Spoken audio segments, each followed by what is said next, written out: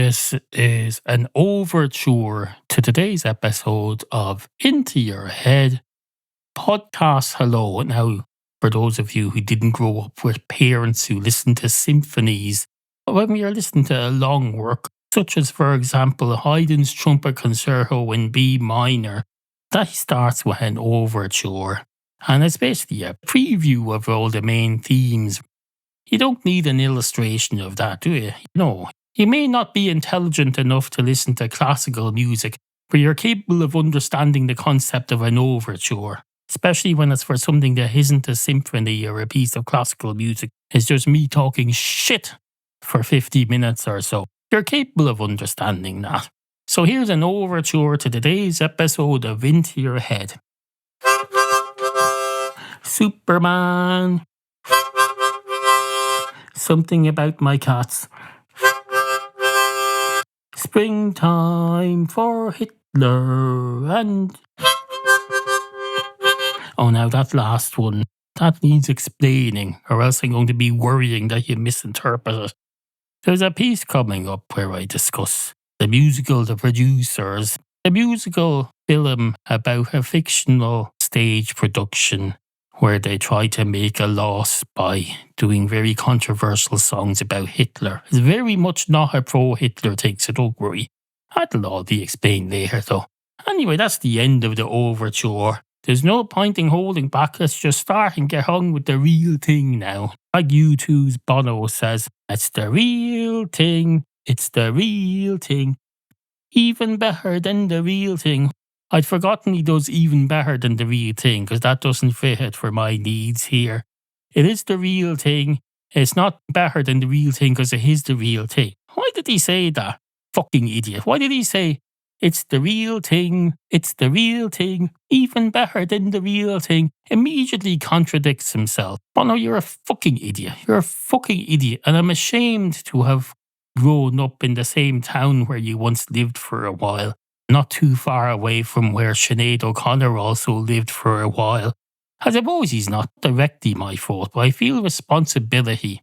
Especially when I hear some of you Americans who actually like him. You say, oh, I like Bono. He's named after a shop in North Dublin called Bono Vox or something, where people go to get hearing aids. Not that there's anything wrong with getting hearing aids. That's perfectly fine. It's a normal part of growing old.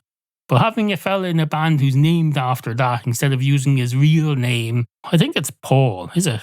Paul. He also has a surname. Paul Houston. It's also the name of an intercity train station in Dublin. Not a particularly well-connected one. If you have the misfortune to be going on certain services from this new platform that's the far end of the arse end of nowhere, I would argue that it's not in the station at all.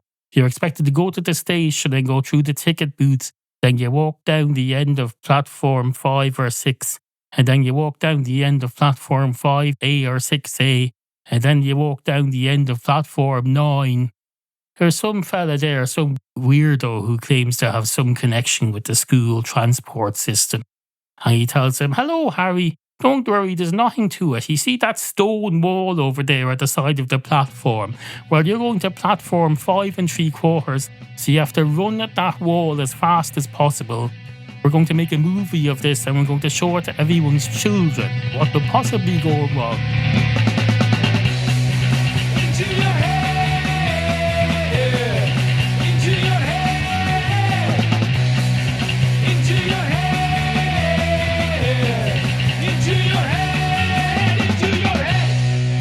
To get on with today, items that need to be attended to, issues that need to be addressed, topics. Oh, topics. We've got lots and lots of topics.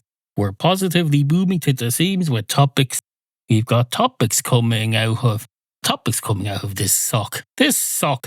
I'm in the sitting room for a change. I usually bring the results of my recordings in here, and then I fold some socks, and then I listen to this crap that I've recorded. And usually when I listen back to the crap that I've recorded, it's not me saying something coming out of this sock, because I've recorded it in another room where the socks don't generally go. The socks don't go into that room. There's no reason for socks to be in there except the ones that are on my feet, I suppose. But that doesn't count. You know damn well I'm not talking about those. I'm talking about socks as in laundry. Well, socks just come from the laundry. At what point does it stop being laundry and just become a sock? Here's a question for you. When you take it off your foot, it instantly becomes laundry. But then at some point in the following days, it ceases to be laundry and goes back into sock rotation. So at what point does it become sock again? Does it retain the title clean laundry until you take it out of the drawer and put it on your foot again? Because it may well turn out you never wear that sock again. In which case it goes directly from being clean laundry for a number of months to being either a charity store donation or rubbish. It could turn out to be rubbish, or it could be both. Because we know damn well people leave rubbish down to the charity store. They say, oh, I'm not going to throw this in the bin. I'm going to donate it to the charity store because I'm a nice person. I have all these socks that no one wants to wear anymore, so I'm going to donate them to this shop. They're going to put it on display in the front window for a week. Poor people are going to be walking past the charity shop windows saying, oh, that looks like a fine pair of socks there. I'd normally not be able to afford a pair of socks like that, but it seems to be in the charity shop, so there's a good chance I might be able to afford it on this occasion. Isn't that great?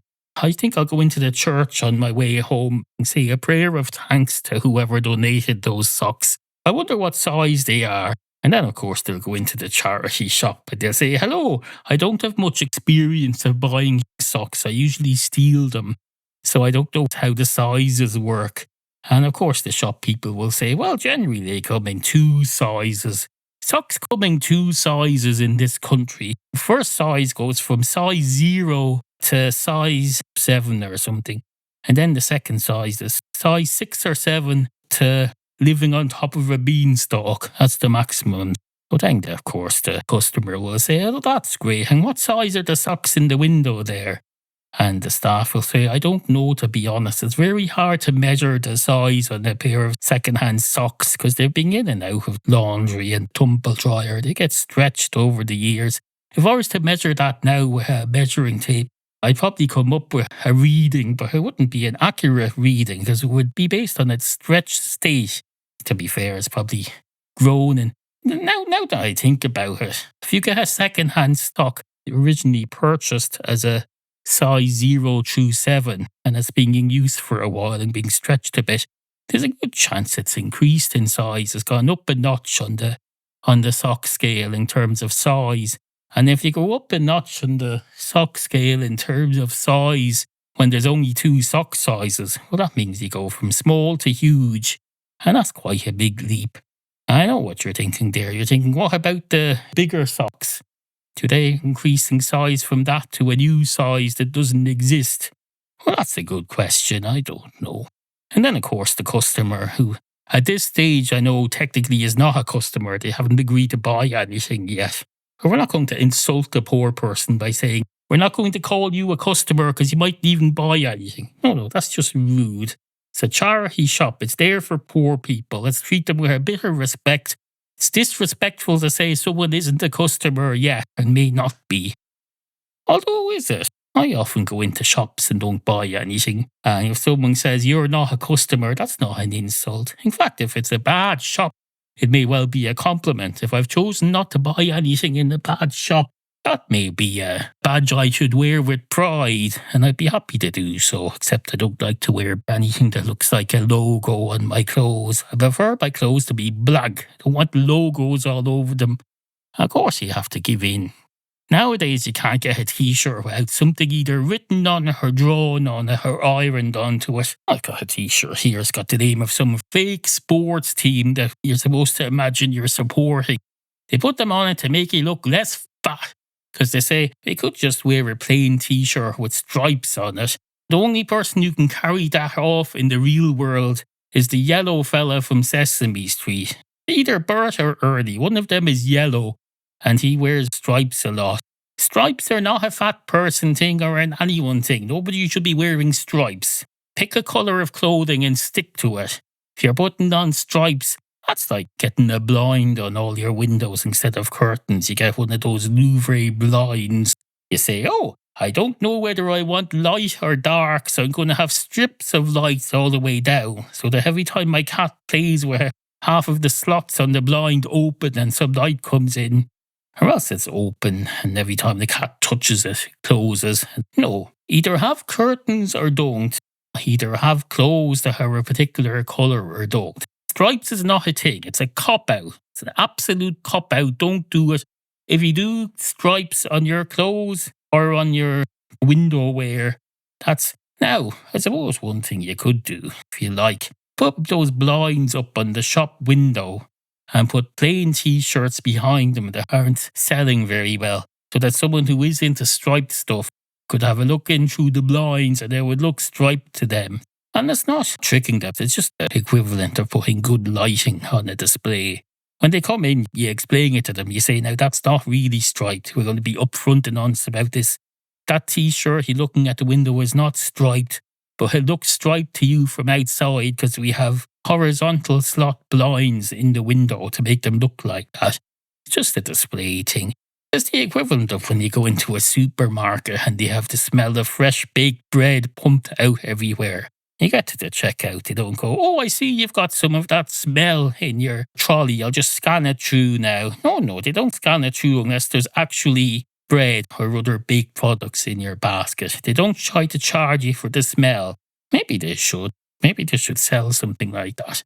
You can buy cans of Starbucks espresso in a supermarket now that you put in your fridge and you open them the next morning as your morning coffee.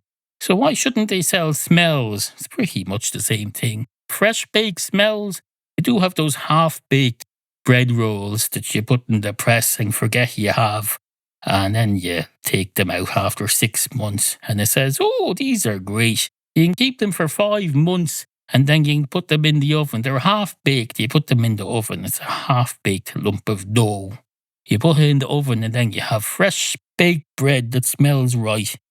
Of course, you find it in your press at 6 months and it's out of date by 2 weeks. And then you say, fuck this shit. I thought the whole point of having it half-baked was that the best before date doesn't matter. Or the best before date only starts ticking once you bake it. Surely that's how it should work, but apparently not, though. Apparently half-cooked dough has a half-life of only a few months. That's just. Justice Judge Judy. Is that a thing? Probably is.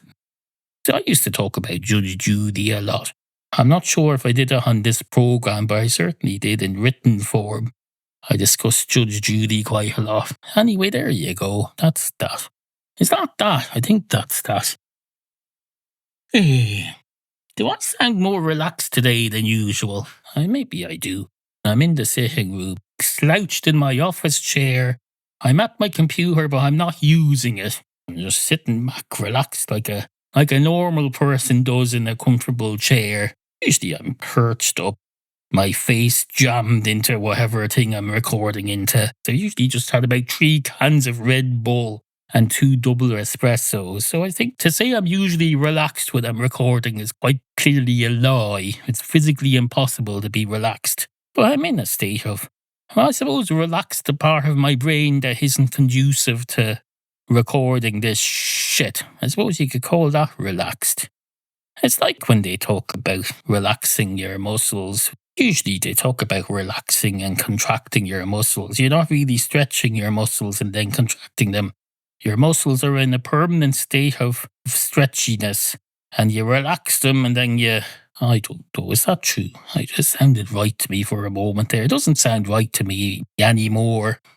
As when you relax, that's when you realise your muscles are in a permanent state of tension and then when you actively relax them, you're actually working to relax them. Not when you contract them. And then when you stop actively contracting, they just tense up again and stretch. Most people assume that when you relax your muscles, they just... Or maybe they don't. Maybe they don't assume that at all and I'm talking bollocks. I think I probably am. Delete this part about the muscle thing. It's clearly bollocks. Anyway, suffice to say, I'm not in my usual location. I'm rather surprised not to have a cat here, but I'm also pleasantly surprised because 2 of the cats at the moment are kittens The other three are cats. So if they were in here, they'd be walking all over my keyboard, typing nonsense into my computer and into my tablet and probably onto my phone as well. Because these features type onto your phone now. Do your children do that? I know children grab phones or they ask to borrow their parents' phones when they're in a waiting room or something. You lend them their phones to play a game on. But they don't start typing, do they? I very much doubt they do. Does your child start typing on your phone? And if so, do you go, oh, look, my child is having its very first words? Is it like when they speak their first words? Do you record it? Well, you probably don't need to record it. The child is recording it directly themselves by typing it into your phone. All you have to do is make sure you save it. That's the thing now. A child can type their first words and you don't even notice it until later. In my day, a child's first words were spoken. You'd say something along the lines of, you'd be talking nonsense and then suddenly you'd switch into plain English. You probably do it so out of the blue that no one even really noticed unless they were paying attention. You'd be going gaga goo goo goo goo gaga gaga gaga, and then suddenly you'd say a word like turnip. And then maybe sometimes you go back then to going gaga goo goo goo goo. And your parents would spend the next day debating whether you actually meant to say turnip or it was just a coincidence that all of the random noises you made just happened to form a word. They'd probably say, that child has no idea what it's talking about. That child has never heard the word turnip. I haven't been speaking the word turnip in front of that child, have you? Well, in my case, when I was a child, there's a high likelihood that I would have picked up the word turnip before I started speaking, because my father used to grow turnips in the back garden. We had a turnip garden. There was a turnip patch. I don't mean to say the entire garden was turnips. No, but turnips played a regular part. There were turnips and carrots and potatoes and spring onions and green beans and peas. Oh, maybe there weren't green beans. I can't remember now. I get confused sometimes. There were definitely peas, though. But peas come in a big pod that looks like it could be a green string beans. So you have to open it up and you take out the peas and you throw away the pod. You engage child labour from your children as soon as they're able to speak. That's why my father was so anxious to get me to say the name turnip. Because he knew as soon as I could speak words like that, he'd be able to employ me in the garden to pick peas. Pea picking was a big part of home vegetable gardening. You get the pea pod off the tree thing that it grows on, open it up, it has a seam and you pop it open and then you empty the peas into a basin and then you throw away the pod where it would turn to compost and then it was used to fertilise more of the same. More of the same. The circle of life. That's what I was. The circle of, well, it's not quite the circle of life because my father was gardening till the day before he died. Then I took over. I was 13. I took over the garden. And by taking over the garden, I mean I covered the whole thing in grass. So it became just grass again. Just grass again. We didn't eat grass, so it wasn't a... of course we didn't eat grass. What kind of a thing is that to say? Anyway, that's that. Is that that? I think that's that. Today's episode of Into Your Head is well underway now. In fact, it's been going for over 25 hours now. It's been over 25 hours since I started recording this. You wouldn't think it to look at the result. About 25 minutes of pure drivel. And that had to be edited down from about 50 minutes of pure drivel. So maybe I wasn't so pure in the first place. Because what in the name of Christ did I edit down then? If you edit down 50 minutes of drivel, pure drivel, and then you say I have 25 minutes of pure drivel. No. If you have drivel and you dilute it, which you're claiming to have done the opposite of, then you have 25 minutes of drivel and 25 minutes of something other than drivel. So you can't claim then that if you edit it down to 25, you still have pure drivel. Something has to give there. It wasn't all drivel. Maybe some of it was absolute shit. And that's a different thing, because there's drivel and there's shit. And this podcast as well is unique because there's more than one type of drivel too. There's usable drivel and there's unusable drivel. There can be pure usable drivel and pure unusable drivel as well. That can happen. You're just not supposed to know about it. You shouldn't be able to see under the curtain here and see how it works. No. It should be none of your business. You should never get to hear how this cookie is made. You shouldn't. But nonetheless, I tell you, I think I'm getting a cough. That's what I think I'm getting. Think I'm getting a cough, and I think it's affecting my P's and my K's. I'm popping my P's and K's and C's more than usual, softening my C's. My C's sound like someone poured boiling water into the roof of my mouth and softened it in some way. But also, it sounds like they also gave me some very strong painkiller, so the scalding into the roof of my mouth that I'm claiming to have isn't hurting me at all. It's just affecting how I pronounce my K's and C's. Maybe that's the case. It's probably not, though. If someone scolded me, I've spent much of the day today with my wife, so I think she'd have noticed and she'd have told me. I know what you're thinking there, but no, she wouldn't do that. She wouldn't do that. People out here in the real world don't go around scolding the roof of each other's mouths and then not telling them and just letting them find out when they do a podcast. No, this is the real world. You've been watching too many docu-crime dramas and you don't know what's real or not real anymore. Because it used to be you'd watch your crime dramas and your crime movies and you'd know at least that was fiction. But now you watch half crime movies and half real crime docu-podcasts and you think, oh Christ, this is a great story I'm listening to. It's about this man who murdered his wife and 8 children in cold blood. It's very entertaining. I can't wait to listen to the rest of it. And then I'll watch a movie of the same story. The movie is different because it's not real. In the movie version, he doesn't really kill them. He's just acting. So I prefer that. I don't like to show the documentary version to my children because I know the movie is fine because it's just a movie. Movies are just movies. Now you have biopics. I don't know what's what anymore. There's a fucking Laurel and Hardy biopic and it has them reenacting scenes from actual Laurel and Hardy movies. I don't know what's what anymore. Is this a Laurel and Hardy movie or is it a biography of them? There is this thing called The Producers. Well, what's his name out of Willy Wonka? Gene Wilder. There was a movie about a theatre group that needed to record a loss on paper or something. So they put on a production of a musical called Springtime for Hitler that was designed to fail. And for some reason, it did very well. It's a bit like that. Whatever brought me to think of that, The Producers, it's a bit like that. I can't remember what point I was making before I cited that example to illustrate it. But whatever I was talking about, apparently the me of 2 minutes ago thought The Producers starring Gene Wilder would be a perfect illustration of it. So that's great. Maybe I should go back and listen and hear what point I was trying to make. I can't be arsed. I'm afraid to. This is my 4th attempt today to get going on a new segment, and the first 3 have failed. So if I stop this now and go back, no, I'm not going to risk that. This is a bit like, I know it's hard to understand if you're not a seasoned podcaster. It's a bit like, oh, that's what I was talking about, the bio movies about the crime people. I got onto this other thing just now that is a lot more interesting. And now I've forgotten that too. Oh Christ, hold on a minute.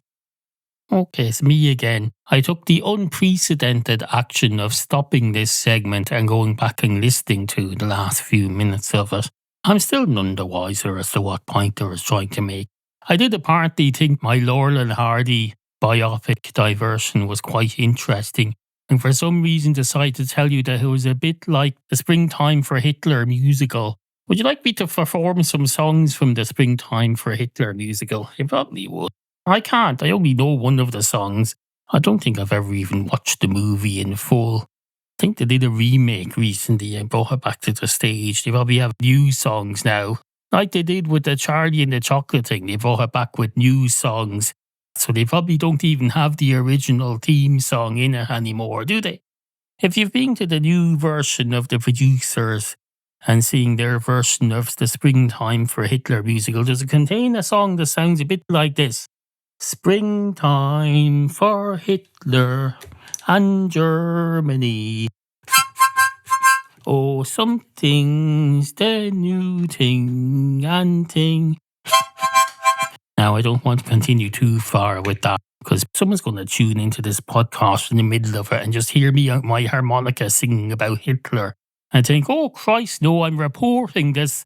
Blocked and reported. I'm going to report it to Steve, what's his name, up in Apple. The fella with the grey hair, he's not Steve. As you know, Steve is the dead fella. May he rest in peace. The other fella who's permanently grey took over. I don't really know much about him. I don't really watch all the Apple stuff anymore. There was a time when I'd say, oh, Christ, they're going to make a big announcement. They're going to announce, look, they're going to announce. They're going to make the screen bigger but not make the phone bigger. They're going to get rid of the edge of it. So it'll go all the way out to the edge. So it'll be like having a picture frame, except if you remove the frame. So it makes the painting look like it's come to life. It looks like it's in the room with you because there's no frame on it. You literally forget that it's a picture.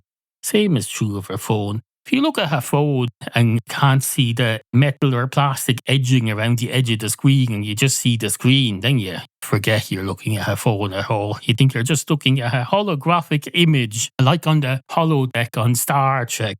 That first season had more fatalities and near fatalities in the holodeck than any workplace has ever had.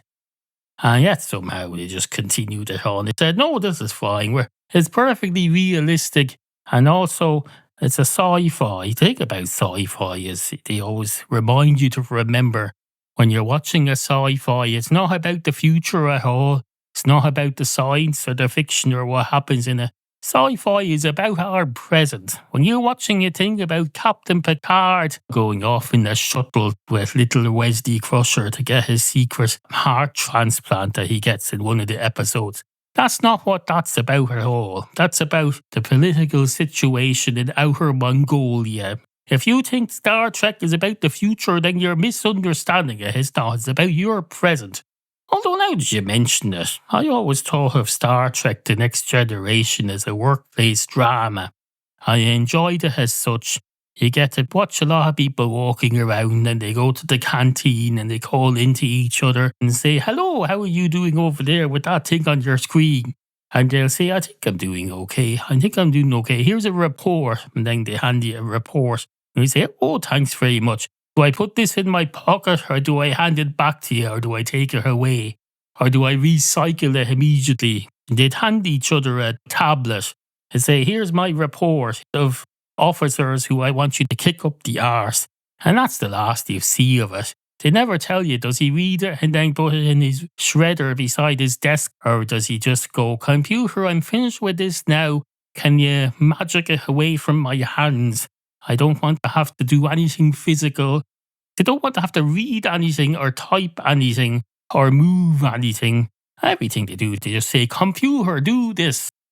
If you're in a thing in the 35th century in space and you can't write something or type it, what in the name of Christ is wrong with you?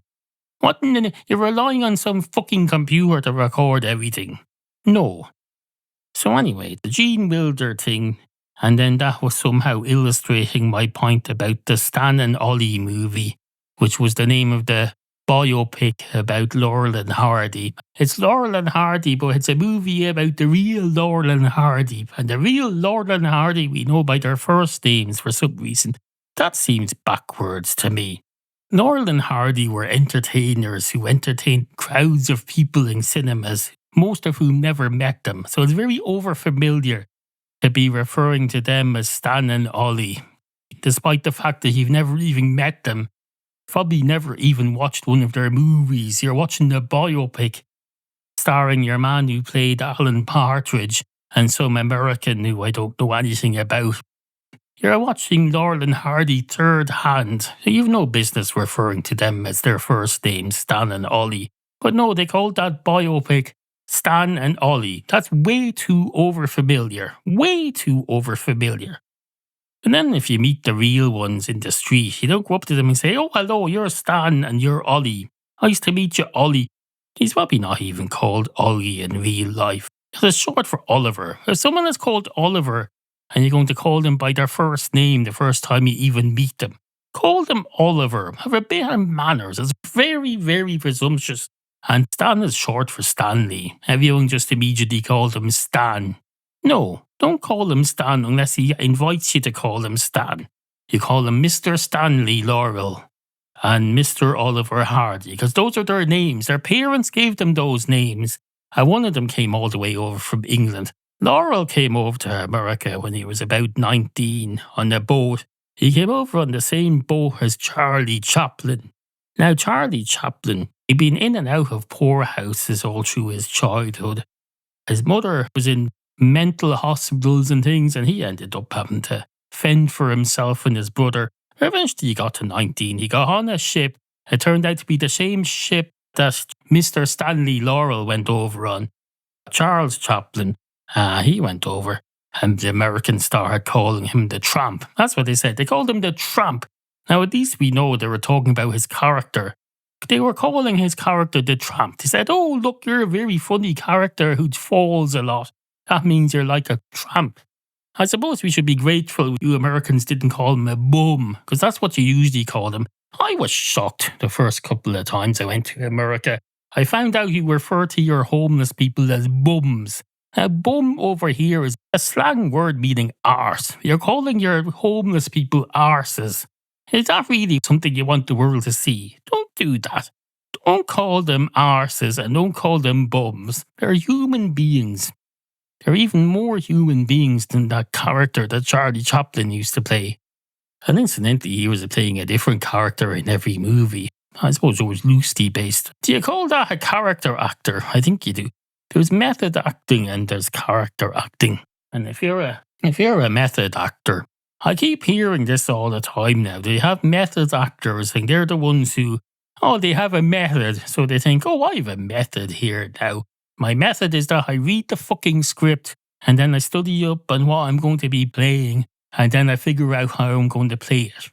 I'm going to give him a voice and then I'm going to go around annoying everyone in character for about 6 months. I'm going to go up to people in the street and say, hello, I'm Superman. I'm the real Superman. How do you do? Half of them end up jumping off a building because they forget they're only actors. They end up jumping off a building. That was why it took so long to get the Superman franchise back up and running after Christopher Reeve left us. Everyone came along. They picked all these method actors and they said, I'm very much looking forward to this. But then they very much look forward to this from the top of some cliff somewhere. One of them tried to reenact the scene in Superman the movie where he goes up to Niagara Falls and there's a kid falling into the Niagara Falls and he flies down and rescues her. And some fella said, I'm Superman, so I've already done this 3 movies ago. So I'm going to do it again just to get back in the game, to warm myself up a bit. Because I've been through a lot. Superman had been through a lot at this point. There had been Superman the movie, and then Superman the movie 2, and then Superman the movie 3, and then Superman the movie 4. I can't remember if there was a Superman the movie 5. And there was a thing where they were about to make one with Nicolas Cage as Superman, and they cancelled it at the last minute. Well, no, Superman had been through a lot at this stage. So whoever was selected to take over at any one point, if he was a method actor, he'd go, I need to get back in the game. I'm Superman. I've been out of the game for several years now. I better get back up and practice my flying for a start. Best way to practice my flying is to fly somewhere where I've flown before and not try anything new. I know for a fact I've flown over Niagara Falls before. What self-respecting flying superhero hasn't flown over Niagara Falls? It's the first thing you do, especially if you're in the United States and you got a call out to some emergency in Canada. And you probably hadn't been to Canada before, so you don't really know the geography, but you have a faint inkling that you remember that if you get to Niagara Falls, that's on the border of New York State and the part of Canada that's just outside Toronto. And you say, if I can get to Niagara Falls, then I'll find my way from there. That's a landmark. So they go up to Niagara Falls and they say, while I'm here, you might as well just swoop down and rescue a maiden or something. You probably don't call them maidens nowadays. The tourists who have their kids and they're bringing them on for a walk past Niagara Falls and one of them falls over a cliff. Do they call those maidens? They probably don't. If they did, they'd just tell them to let down your hair, like Rapunzel. Except that wouldn't be much use because you're rescuing them from down in the waterfall, not up in the tower somewhere. They don't call those maidens anymore. Not the modern American family anyway, the standard 2.4 children type family. They don't refer to their daughters as maidens. I don't think so anyway. Unless they're those people you like to make all the reality shows about. You know the fellas who don't like electricity and technology. They probably don't even call their daughters maidens, do they? Either way, don't call them maidens. It confuses everyone. Just call it your daughter. Anyway, this fella who's being cast to play Superman and presumably a method actor. So he decides, I'll call into Niagara Falls on my way up to Canada for my first Superman emergency. I know I've been to Niagara Falls before and I know I've swooped down and rescued a young maiden there before, so I'll do it again now. Now, I don't want to take any unnecessary risks. If it turns out someone actually is in trouble, I'll call the emergency services. But no, until then, I'll just swoop down and pick up whatever passing child is hanging around there minding his own business, maybe sitting beside the bottom of the falls, just dangling their feet in the river, just enjoying themselves. I'll swoop down and rescue them and then I'll bring them up. It'll be very exciting for them. I'll fly them up into the air. Maybe I'll bring them to the top of that tower thing. There's some sort of a tower thing on the Canadian side of Niagara Falls. Next thing that happens, he goes up into Canada and he says, what was I doing up here? I think I was supposed to be calling in for some emergency, my first Canadian emergency. But of course I got distracted doing something that was just a drill over Niagara Falls. What is wrong with me? I'm going to a genuine emergency and I just stop off to practice my swooping down and picking up a maiden over Niagara Falls. I'm a fucking idiot. I'm not fit for this job. This is a job of high responsibility. This needs to go to someone else. And of course, as a method actor, he'll take that very seriously. He'll go to the director in character and will say, hello, I don't think I'm cut out for this. Now, just to clarify, I'm not saying I'm not cut out for the job of playing Superman. I'm saying I, as Superman, I'm not cut out for the job of being the new Superman. So you're going to have to change the script. It's going to have to be about a Superman who thinks he's not up to the job. Maybe he goes off in search of Christopher Reeve's Superman. Was Christopher Reeves dead at this point? Well, I haven't said what this point is. Let's say he wasn't. Let's say this is before Christopher Reeve had the falling off a horse thing, but after he'd done his last movie, and let's say they were looking for the next Superman. Not that it would make any difference, would it? I don't know. Anyway, skip forward a few years and they're making that thing called Superman Returns. This was in the 2000s. Yeah, this fella taken over from Christopher Reeve. And the whole thing was he disappeared off for 5 years to some other planet. And then he come home. So it was called Superman Returns. I mean, he's come back. He's come back. And then they show him falling from the sky for some reason. I forget the exact details, but there was some huge incident or catastrophe which led to him becoming either unconscious or unable to fly, and he fell all the way back down to Earth. And people were comparing it to 9/11, to the people falling off the towers, which I thought was a bit much. They're making an analogy. It's Superman has fallen. He was perfectly fine, obviously. He's fine. He got a whiff of some kryptonite or something. He has a bad day if he sniffs some kryptonite or if someone throws him out of the sky. But for Christ's sake, get over it, he's Superman. The only people you have to worry about with Superman is the people who are playing them. It's all that time they were worrying about Superman. Christopher Reeve was going out on a horse just for relaxation on his off days and he ended up dead because of that. You're worried about Superman. Where are your priorities? Stop worrying about Superman. Worry about the people who are playing him. And I don't mean the fellow in the newspaper office. I mean the fellow who's playing him. He's playing both him and Superman. Do you know how complicated that can get? You're playing Superman today, and then tomorrow you're playing Clark Kent. But you're also playing Clark Kent pretending not to be Superman, and then you're playing Superman pretending not to be Clark Kent, and then maybe later on towards the end you're playing Superman kind of trying to send out vague hints of actually being Clark Kent, hoping she'll notice, but you don't want to overdo it. Is it any wonder all the Supermans ended up dead at some point, or will at some point? Everyone who has ever played Superman is going to be dead one day. And that didn't come out of nowhere. That's an actual biological fact. Anyone who has ever played Superman is or will be dead. It's a terrible thing. Absolutely appalling. And then there's Marlon Brando.